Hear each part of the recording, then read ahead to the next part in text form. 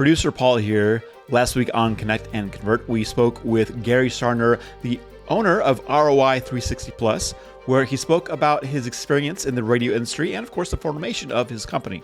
Now, this week is the continued interview with Gary, part number two, where he talks more about his business ownership, team building, and some personal insights. So, hope you go back to part number one, listen to Gary, and then continue here with part number two.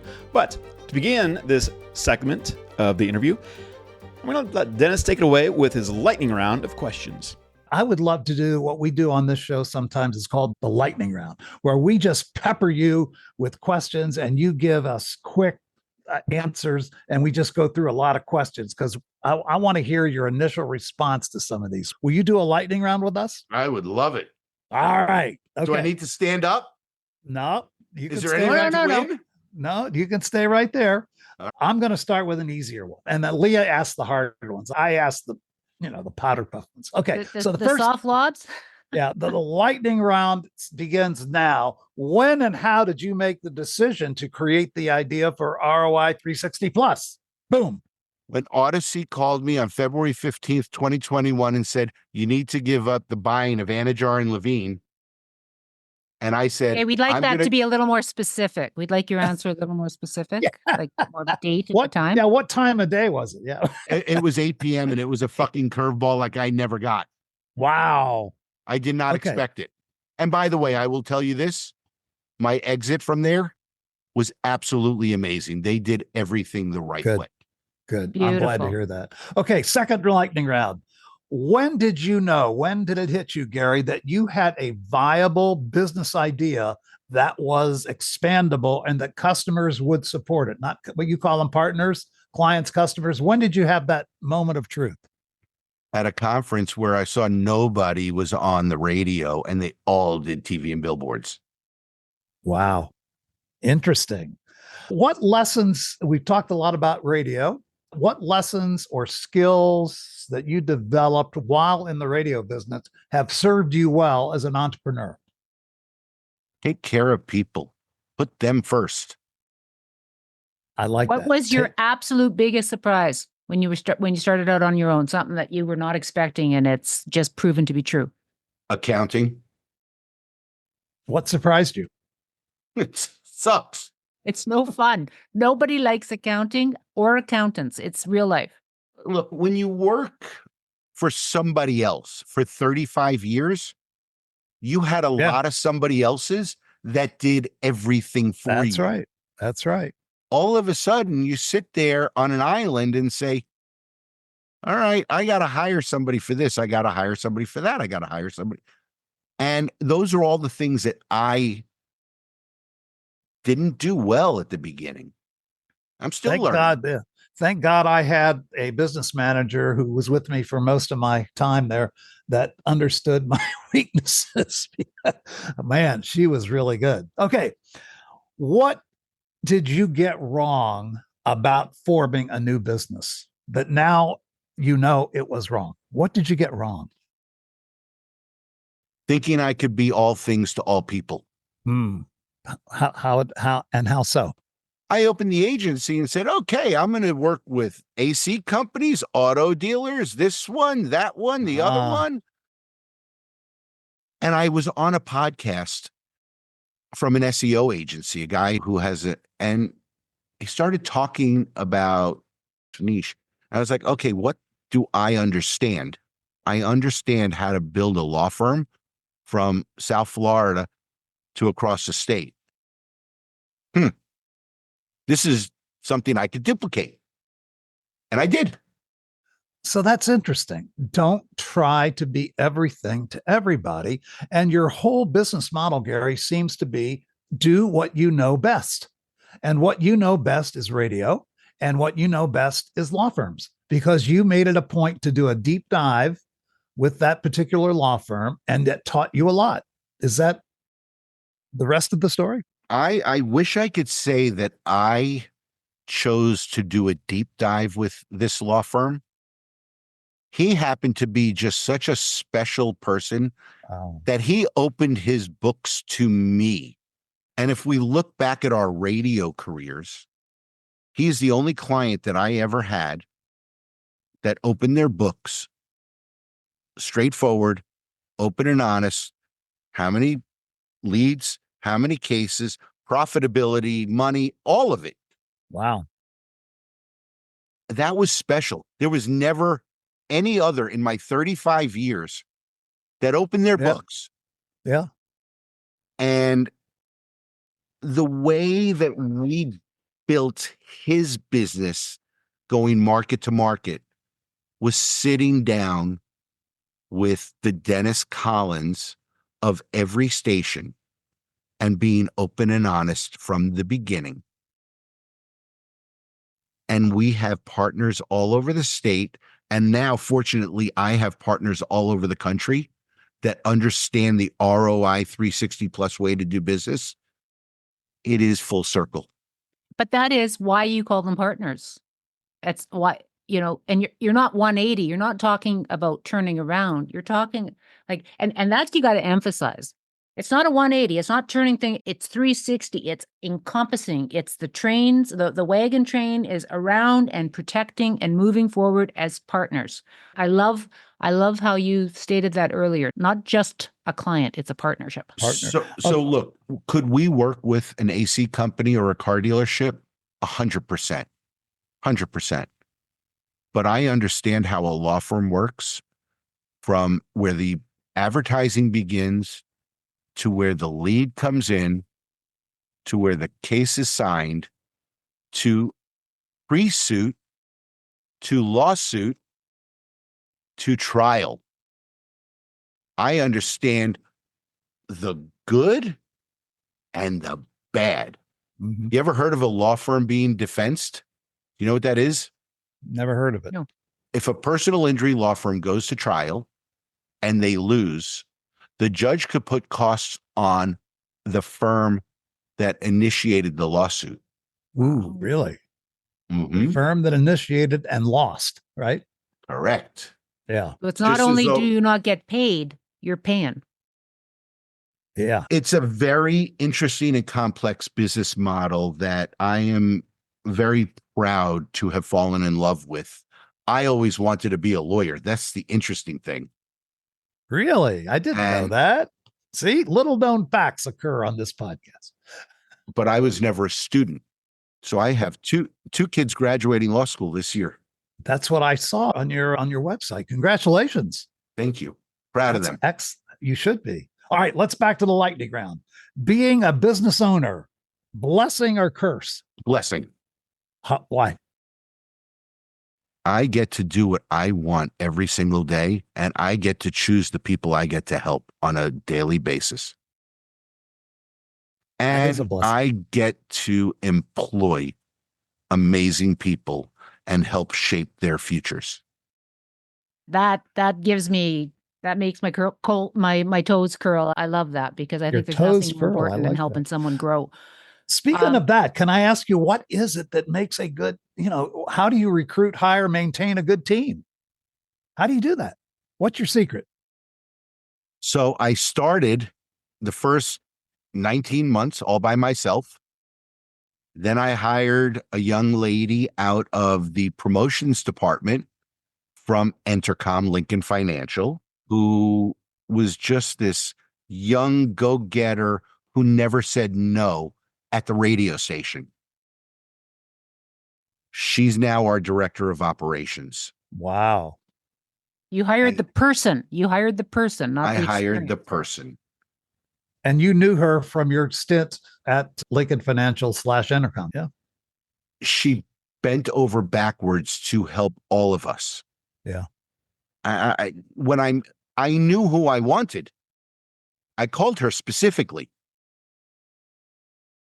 And fortunately, she took the really shitty offer I gave her. And, we're going to be at 3 years soon That's great. together. We're a staff of 7. Just hired But- a young lady out of college last Friday. And you want to know why I hired her? I asked her who her hero was. And she started crying. Oh, What do you think her answer was? Someone Yeah. close to her that she admired, maybe her mom. father, her parents. parents. Yeah. And as parents, the three of us here, there's no greater compliment in the world. No. So she came from good people. But there's another thing that I want to point out to all of our business leaders that are listening in and watching us. You said that the promotions gal, going back to her, she took your really shitty offer. And what you have to remember is the initial offer might be pretty minuscule from a financial standpoint, from a historical standpoint. You're a new business. But the real offer was the opportunity. And entrepreneurs, people who really want to make a difference, they see the opportunity. They go, okay, this is going to be digging a friggin' ditch for a while, but afterwards, that swimming pool is going to be gorgeous. So Well, she asked, what am I going to do? I said, I don't know. We're going to figure it out together because there's a lot that I can't do or don't do well that I need help on. Yep. And I'm hoping you can do it well. I want to just I want to capture what you just said in working with our clients, Leah and Paul Boomer, our producer. You do something well that I can't do well. That's there are so many small business owners, Gary, that we work with that don't believe that. And that's part of their problem. They think they can do everything well. And so they try to overmanage and micromanage, and it ends up, that's when Wizard of Ads comes in or ROI 360 Plus comes in and has to bail them out. Or we choose not to work with them. A lot of them we do. That's interesting. now, Gary, also when you kind of touched on this a little bit, when you came from the radio business, you had someone who could take that piece of paper and put it in Excel for you, who could make a beautiful looking PowerPoint for you, who trafficked everything. And then you came out of that umbrella, which is a bit of a safety net, to your own business. So there's different stress levels to that, more worries. You're creating a team. Now you got a team of 7 or 8 with your new hire. There's cash flow issues. What scared you the most that you were giving up? What was that moment of, oh, I don't have this anymore? I still have that problem on a day-to-day basis, which is I love my partners. And we've got partners that invest as income for us. Very small to very large. But each and every one has a personal meaning to me and a relationship that matters to me. And giving up that weekly, some of them are daily phone calls because we've become so close. Giving that up has been the hardest for me. Wow. Not that somebody else can't do it. I truly love the people I get to partner with every single day. Wow. I love that. But you have a lot of quotable quotes here, man. That's, when does the CEO, when does the founder become so large that they can't touch the people that are making the company work? I hope never. Right. And the answer is never, because that's the secret sauce. Okay. One more lightning round question. What do you miss most about the radio business? Local talent. Like Sonny Fox, God rest his soul. Anybody. It has to become more personal again. Yeah. None of this voice tracking, and I don't want to, chat too much about what we did, but we didn't do voice tracking at our stations. We had a group of stations we could have, but we never did that. We were local live. And I just had Dan Levitard call me the other day, who was one of my talents on 790 The Ticket. And he's doing a history of his 20 years. They've been 20 years doing that show. And he said, something, if you didn't believe in local live radio, our show would have never made it. And now, of course, they're 20 years into it. So here's the funny thing. I'm going to go back. This is pre Dan and Stu Gatz. Yeah. On 790. Right. I used to sit at my desk at WQAM on Sunday mornings working, Yep. smoking a pack of cigarettes as Oh, Dan was doing his network show yes. on whether it was Westwood One. I don't know what network Well, he was on ESPN for a while, quite a while. This is before ESPN? This is before he ever did any local radio. Oh, okay. Yeah. Yeah. This is the 90s. This was before he was on a local radio station. Got it. Before you put the billboard of Dan and Joe with the bird crap on them. Oh, yeah. You remember that? Oh, yeah. We had some fun with that. I was there when John Wiener was named Stugatz. Yeah. Now Hank Goldberg did that. Yeah. So, yeah, it's a little history. You're a sports fan, right? Oh, no, not me. You know the name John Shambi? Of course I do. Boog Shambi started as a board op at WQAM. I know. Yeah. You know the name Bob Wischusen? Don't know that name. Bob Wischusen is the voice of the New York Jets. Oh. He is a broadcaster for ESPN and Notre Dame sideline reporter. Okay. He was the fabulous sports brat with Joe Rose. Oh, was he? Okay. Yes. I didn't know that. So cultivating talent, although I was not in programming, right, I took a lot of pride as being a part of the management team at WQAM, that we brought all these young bucks in who got to fly and soar and become who they wanted to become. It's a good point. A lot of talent from South Florida rose up and became huge, for sure. And both of you guys, right from the beginning of our discussion, have been talking a lot about mentoring. Who you mentored, who mentored you, that M word has been huge. Talking about these people that were in programming, that were talent. This all went to build empires, really. I mean, we may not know that he was the sports brat, but my goodness, New York Jets were playing in my rec room last night or yesterday afternoon if they were one of the teams. I mean, everybody knows what we're talking about here. So my question has to do with something that everyone in business has to deal with. You've touched on it a little bit, Gary, but recruiting, hiring, maintaining a team that you're comfortable is going to do things the way you want, that requires intense mentoring. How does that work for you? Do you think it's organic? Do you try and say, Dennis, I want you mentoring Leah, I want you mentoring Paul, or do you allow it to happen? Because it has to be right. Done wrong, it wrecks an organization.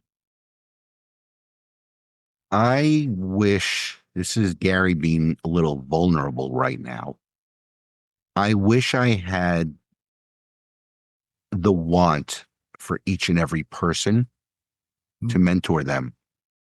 You don't connect with everybody. Yeah. And for me, if I'm going to give you my blood and guts, I truly love you and care about you. Yes. So as I speak about my partners, they wouldn't be my partners if I didn't care 100%. And by the way, what I learned over the last 3.5 years is I care more about the end user than I do my client. Because if the client does right by the end user, they will be successful. I want the end user to get the best experience. And it starts from marketing and it ends with a case result. With my employees, I bring them all in hoping that they are going to flourish. And, we're going to be 100 people one day and we're going to be doing $100 million in revenue, not billing, because we're going to break 100 million in billing and then not too far distance, but I have to have it here, not here. And that's good and bad. It can be a lot. But mostly good. That encapsulates the difference between a corporate entity responsible to shareholders and a small business who is setting out to, yes, dominate the world, but in a way that helps, that changes, that does good stuff. Good begets more good. One of the things we talk a lot about on this podcast is, can you sell and serve at the same time? Can you sell somebody something and serve them? And we debate this, but the answer is yes, you can. In fact, the more you serve, the more you sell. Okay. The more you serve, the more you sell. So again, another quotable quote, a quote from Gary Sarner. We've got a whole list of Sarner quotes here today. You explained to him that we own them now that they've been here on the. Oh yeah, they're ours. Yeah, we got they belong to us. Sorry, Gary. Unless you have a good lawyer, then he knows a lot of lawyers, though. I work with lawyers. Yeah, right. Now, you know what's funny? I've not signed one contract in the 3.5 years we're in business. What? With any broadcast partner across America. Wow. So we do agreements with our partners, which I call paperwork. They are not contracts. No. I'm actually doing a seminar next week with a guy named Chad GPT. He's a wordsmith. Chad GPT. I see. Okay. And we're going to talk about how law firms can change some of the words in their business model to make consumers feel more comfortable. Wow. You're the wizard of ads. Words matter. Words matter. Music what we do. Matters. You are just, I always had tremendous respect for your ability in the radio business, but this is a whole new Gary that I just didn't know about that is phenomenal. I am so glad that we had this chance to get together. We shared some kind of insider stuff that some of the people won't know about, but you know what? We also shared some very heart-rending stuff, very much about why. And, I believe the why do we do something is more important than what we do. And you did a beautiful job of explaining your why. Leah, I think we better let this man go. He's got lawyers to talk to. I can't believe we finally connected. I'm glad we did. When I'm down in South Florida soon, I take the train now on the Bright Line, and there's a stop right by your house. So you said something interesting before we part ways. Okay. And I don't ask this question until I'm in front of somebody that I may partner with. Sure. And I ask them, eye to eye, most man to man, one man to woman, what is your why? Ooh. I love that question because I have it on a whiteboard right here. If it's money, I'm out. No bueno. I'm out. Yeah. Your employees, your family, your potential clients, anything out in your community, I will knock down walls for you. Now, everybody wants to make money, but for those of us who were brought up the proverbial right way, if you do good and you do what's right, everything will follow. As certain famous people have said, Steve Jobs, his quote, he left us way too early, but when he gave some of his final speeches, I never did it for the money. Even though he was worth about $100 million when he passed, maybe more than that, I never did it for the money. I did it for the people. I did it for my team. And as you said, Gary, so rightly so, I did it for the consumer, the ultimate user of this product. I did it for them. If it's good enough for Steve Jobs and Gary Sarner, it's good enough for me. The crazy thing is, for people who don't know their why, who haven't sat down and done that, there's 3 things you can accomplish. We all know this: make a difference, make a name, or make money. If you don't have clarity and you're just going after everything, you're not going to get anything.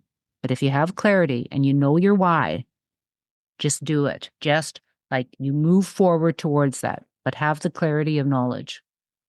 Well, Mr. Sarner has clarity. That's what I mean. There's no 2 ways about it, Gary. This is your methodology. It works. we know it works. You know it works. And we're all spreading the gospel together. So I think we're all in the same boat. But I commend you for taking the step. It's not easy to do what you did. You did it. You've been successful. And I can't tell you how glad I am to connect with you and hear about the real Gary Sarner, not the radio Gary Sarner, the real Gary Sarner. Well, Dennis, this was an honor. And like I said, always knew the wonderful person you were based on others' words.